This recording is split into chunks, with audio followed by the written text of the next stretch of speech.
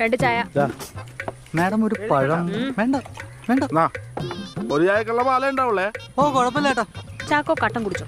Thanks. കട്ടൻ ചായ മതി. കുമാരേട്ടാ ചായയുടെ ഗ്ലാസ് ഞാൻ തന്നേക്കാട്ടോ. പെട്ടെന്ന് എടുത്തോളാ, സമയമില്ല. എടോ അതെന്റെ ചായയാണോ? ചായയൊക്കെ വീട്ടിൽ പോയി കൂടി വേണ്ടുമ്പോളേ.